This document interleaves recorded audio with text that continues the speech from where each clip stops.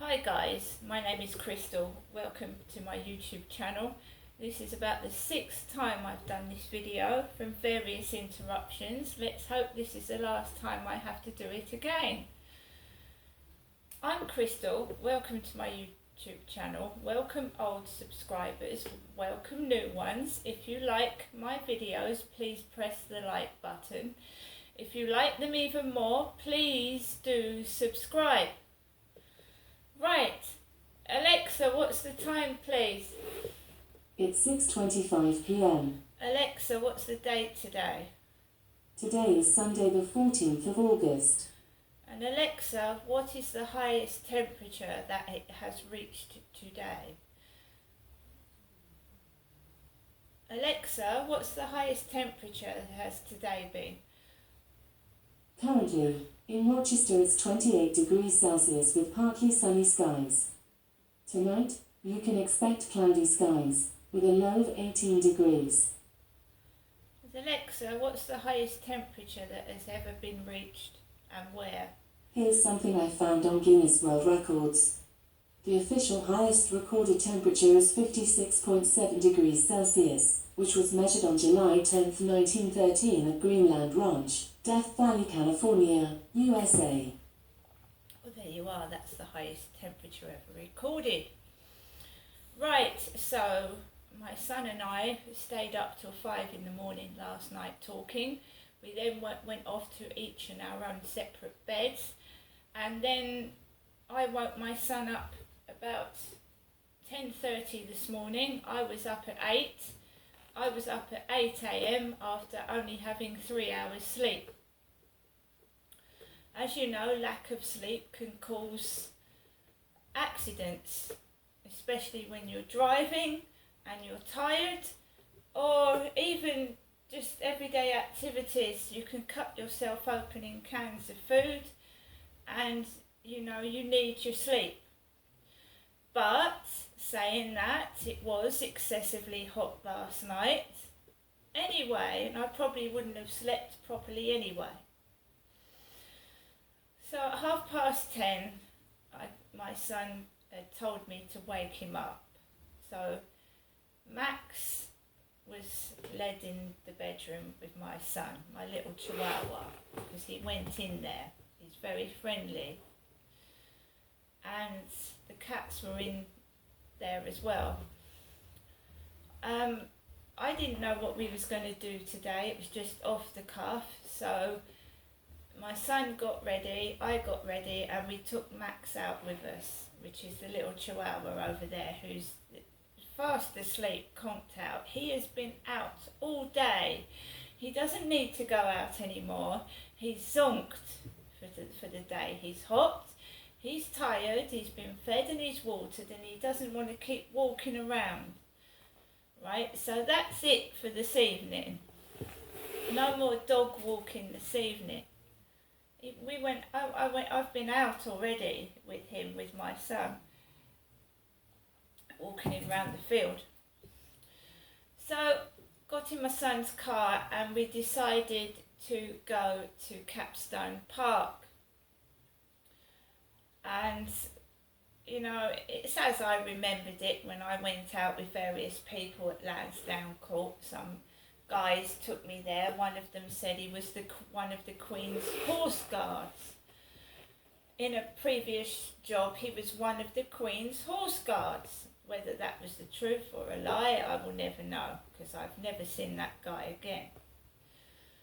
So me and my son sat at the little cafe with Max at one of the picnic benches. There was a very large lady sat on the next picnic bench next to us, dressed all in black, mousy blondish hair, and she had her children with her. My son brought me out an egg sandwich and a cup of coffee, and he had a can of drink. So I ate my sandwich, and then we walked with the coffee along the path, and we looked at some of the ducks and the swans, and took Max with us, and he was wandering around and he was well behaved. He did not bark at anybody and he wasn't a nuisance. He really did me proud. and I used the ladies' loo before I left. Didn't stay there too long. We both found ourselves sweating like pigs. The heat was so uncomfortable to sit in. So we decided to go back in the car, and my son kindly suggested, would you like to see your mum? So we went up past Prince's Park Morrison's, and we drove to Durrell Gardens to see my mum. There was a space for my son to park, and I saw Sue sat at the corner, and I got out of the car and I went and pressed the doorbell, and my mum came out, and she was dressed in an orange vest. And I don't think she was too happy to see us, but she wasn't rude. We were unexpected, and my mum invited us in. She was very polite, and we didn't stay very long because we didn't want to keep my mum on her feet. It was just, sometimes she says to me, I don't see your sons. So it was nice for my mum to see Andy. And he sat down, and I sat down, and my mum made us both a baked potato. Andrew had butter on his, I had beans on mine, and Max had some water. And then there was a knock at the door. Mum had a Morrison's delivery. About 6 bags of Morrison's shopping, while me and Andy were sat opposite each other. And I know Andy didn't have much. He didn't come down with much. When he came to me, he didn't have very much at all. He didn't even have a toothbrush. So I was a bit worried about him, actually. So I did my best, and we sat there while the Morrison's delivery driver carried 6 bags of shopping into my mum's flat. Now you know what the drivers are like with me. They just dump the crates on the floor. I bend down, pick it up, and sometimes they're rude to me.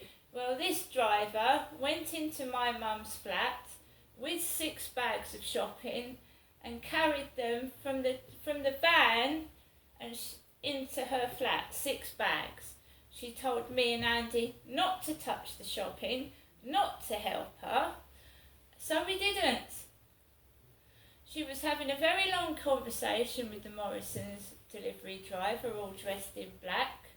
They were getting on like a house on fire. They were talking to each other for 5 minutes while me and Andy were sat opposite each other. A bit like what she used to do with me and my dad. Leave us together in the living room while she went to talk to the shopping people or neighbours outside, or she went into the toilet and shut the door. If you need me, call me. And she'd sometimes be in the toilet for 20 minutes while me and Dad were left together. So I went through that again, but with my son. I think Andy had had enough of it. He felt a bit upset because my mum comes across as very loud, very brash and very rude. And, he had a long journey to go back in his car by himself. He didn't have a lot, and he was overtired. And my mum said, "Why don't you stay till 3?" And we left about 2:15, and we arrived there at 1.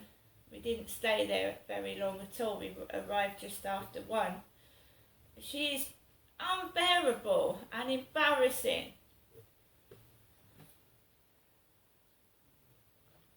She gave my son money, which is fair enough, because his oil in his car needed replacing, and that cost him £20 in Halford. So the £20 she gave my son was spent on oil for his car. right? He got petrol as well. He topped up his car with petrol and he put some oil in his car. He went to Halfords, right? So that all went on oil.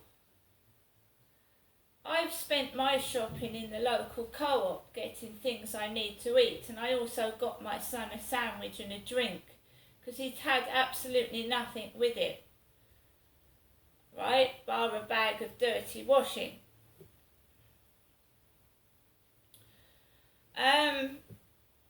My son was vaping, and I don't like smoking, and I don't like anything like that. I'm not saying that there was anything wrong with it. He said there was nicotine in it, but it did make me feel slightly lightheaded.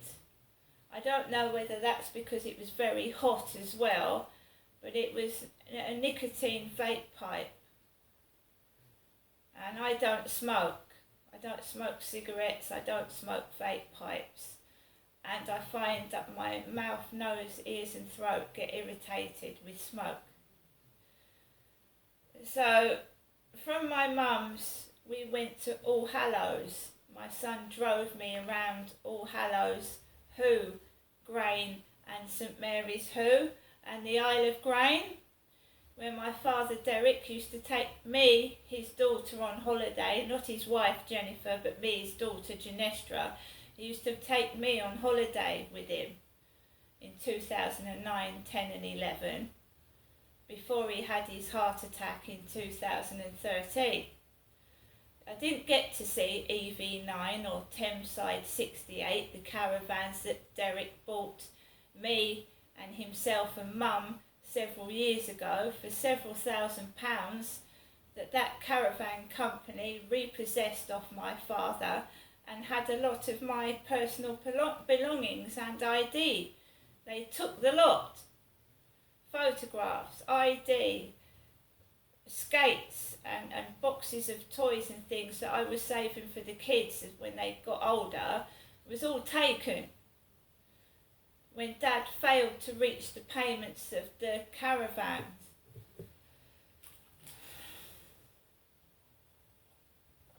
My son passed Doggett Lane, and it all fits into place now where my father was taking me and what he was doing all those years ago to me, his daughter. So we went all round there, we didn't stop off, and then my son stopped off in Halfords for the oil for his car, and then we came home, walked Max around the Rochester Riverside, and he brought me home, and he drove off to his home. When we was in Halfords car park, while my son was in Halfords, there was people laughing out the windows, men sat on the wall laughing. I failed to see what was funny, as I always do when people laugh at nothing.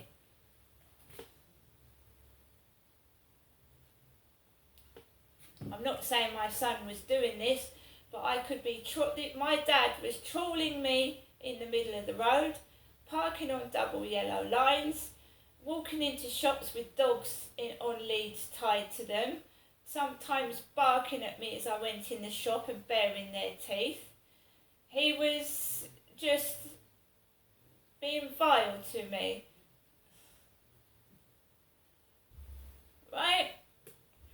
Doesn't happen anymore. I actually enjoyed revisiting these places. I enjoyed seeing my son, who I don't see that one so much as the other one.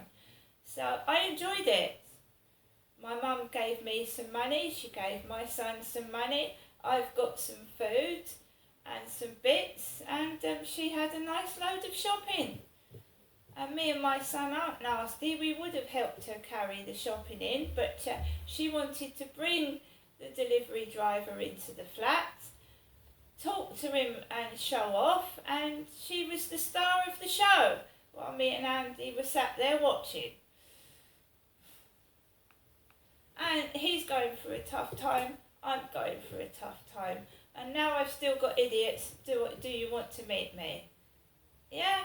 Well, I've met my mum and I've met my son today. That's good enough for me. See you later.